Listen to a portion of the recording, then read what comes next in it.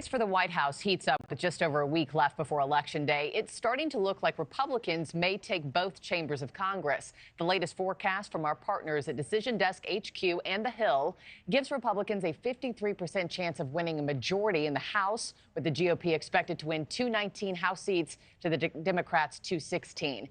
DDHQ also projecting Republicans will pick up 3 Senate seats, giving them a 52 to 48 seat majority in the upper chamber of Congress. For more on this one, let's bring in Scott Tranter, Director of Data Science for Decision Desk HQ. Scott, good morning to you. DDHQ now giving Republicans the edge in this battle for control of Congress. What all goes into making a prediction like that?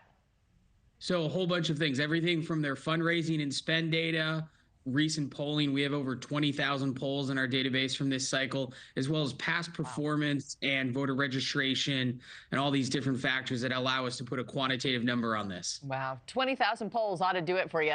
I know you're worn out, Scott. I can't imagine. Let's take a closer look at some of the key races in the balance of power fight, starting with the only Senate race DDHQ has listed as a toss-up. That's Ohio. Who's got the momentum in the race between incumbent Democratic Senator Sherrod Brown and his Republican challenger, Bernie Moreno?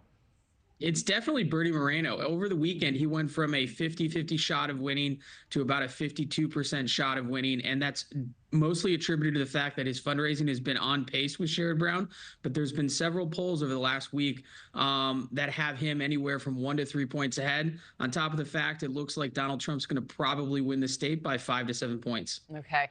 Also, let's talk Texas. I just moved from Dallas last year, so I've got an eye on this race.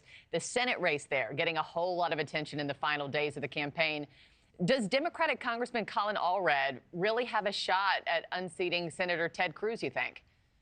We have it about a 25% shot, so a 1 in 4 chance. Sometimes 1 in 4 happens, but the primary number there, if you'll remember, Markie, Ted Cruz won his last race by 2.6% against Beto O'Rourke 6 years ago, and right now he's polling better than that now. And so our model and our forecast looks at that and says, yeah, it's a close race, but right now he's outperforming his last election. Wow, that would be something to see.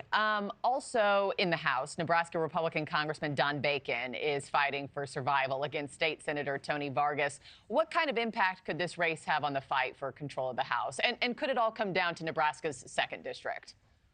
It absolutely could. There's about a 6% chance that one is the tipping point state, and if that, or it's tipping point district, if you may.